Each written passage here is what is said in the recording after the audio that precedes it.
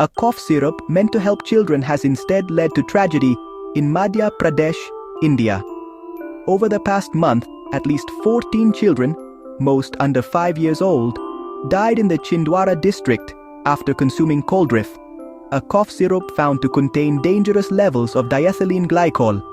This industrial chemical is used in antifreeze, and lab tests showed nearly 500 times the legal limit in the syrup. The children suffered acute kidney failure. 6 others remain hospitalized. Dr. Praveen Soni, who prescribed the syrup to most victims, has been arrested and suspended from his government post. Authorities say earlier intervention could have prevented these deaths.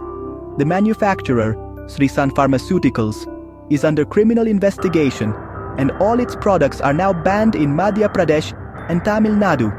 Officials are offering compensation to families and tightening drug safety inspections across multiple states. This tragedy is a grave reminder of the importance of strict oversight in medicine. Stay informed and always check the safety of medicines. Lives depend on it.